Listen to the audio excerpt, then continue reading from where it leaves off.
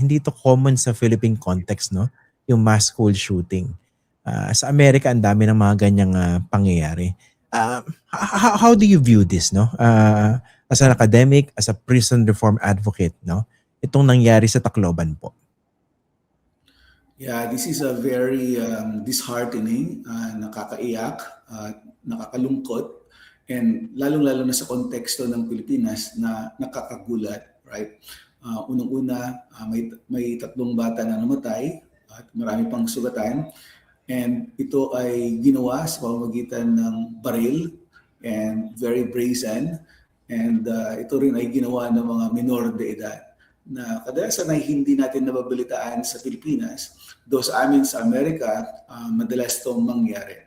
And so, pinag-aralan ko yung ilan sa mga hypothesis na lumulutang kung bakit ito nila ginawa. For example, yung social media exposure, yung access sa baril, yung kawalan ng direksyon sa mga magulang, and iba pang mga reasons like sa university, sa mga school settings, etc. And ang napapansin ko ay may mga similarities nangyayari sa United States. May similarities sa mga recent shootings sa Europe and other countries. Pero very unique din ang discussion sa Pilipinas kasi dito sinisisi nila yung batas na hindi ko nakikita ito sa ibang bansa. Right? So tayo ngayon, we are very much centered into the juvenile justice law that basically look at the manner in which we respond to juvenile crime. Okay, mamaya pag-usapan natin kung meron ba talagang pagkukulang o problema dito sa ating Juvenile Justice and Welfare Act, no? Pero puntahan po natin yung karanasan ng ibang mga bansa, no? In particular United States, dahil ang dami na lang ganyang pangyayari, no? Yung mass school shooting. Ano ba yung mga more or less credible na dahilan kung bakit nagagawa ng mga kabataan yung ganito po? Let's talk about the psychology of it.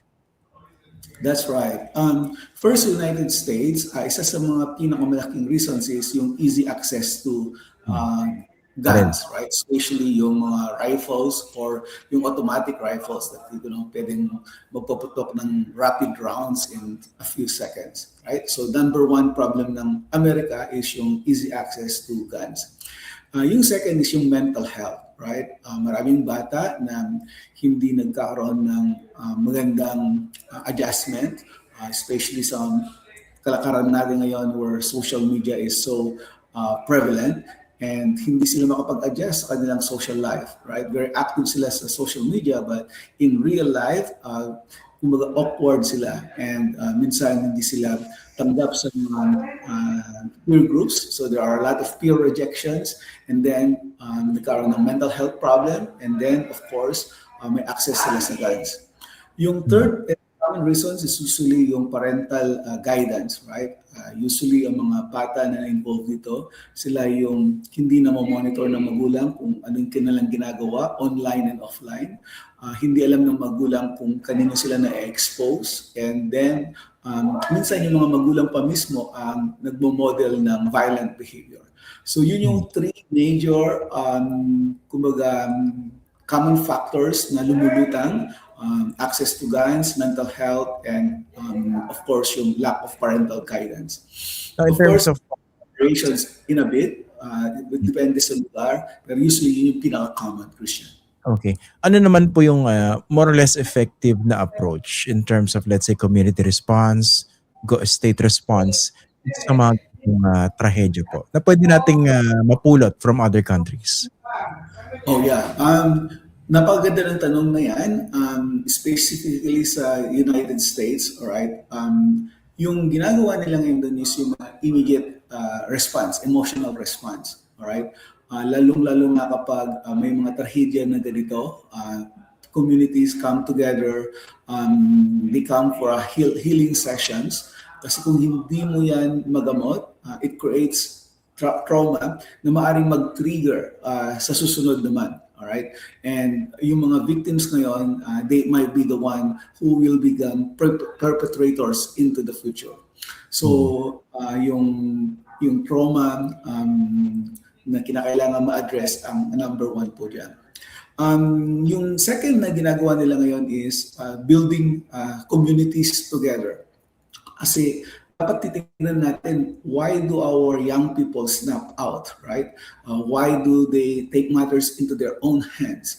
Why do they have access to violent thinking patterns, right? Na kumaga ina-actualize nila. So all of these, makikita natin, pwedeng mong makita na may breakdown sa community, may breakdown sa school, may breakdown sa family, and even sa society in and of itself. So this requires a lot of conversation. Madaling pag-usapan yung mga proposals kasi alam na natin kung ano yung mga proper na solutions. Marami nang nasusulat na dapat na gawin. Pero again, every now and then, it rears its ugly head, right? Kahit nga ang United States, na ang dami ng mga resources na inaalat para dito, mental health, community build-up, it still rears its very ugly head. Opo. Prof, isa ko naisip dito, no? Perhaps this is also a paradox, eh. Of course, when something like this happens, they are naturally, these incidents are naturally covered by media. Dahil ano siya eh, di ba? Talagang trahedya siya eh.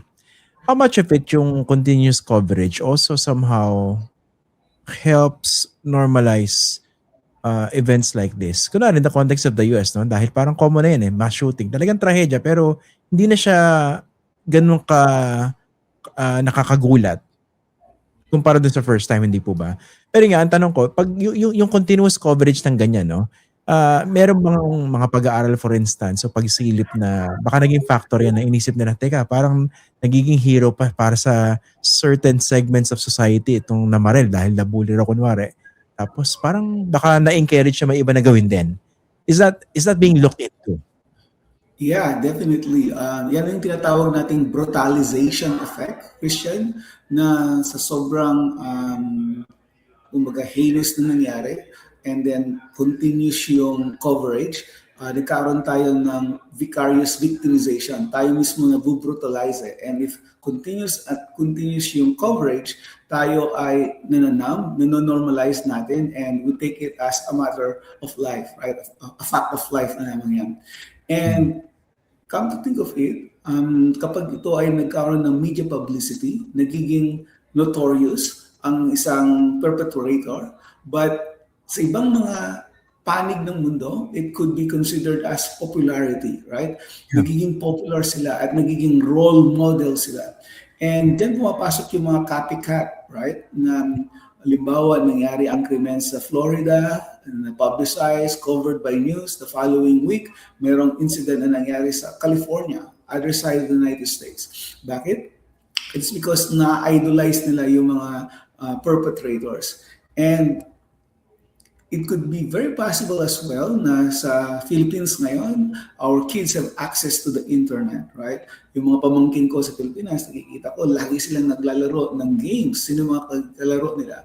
Mga Germans, mga other Europeans, mga Latin Americans, mga United States kids as well, right? And so hindi na lang sila exposed sa communities nila, but they are exposed worldwide, right?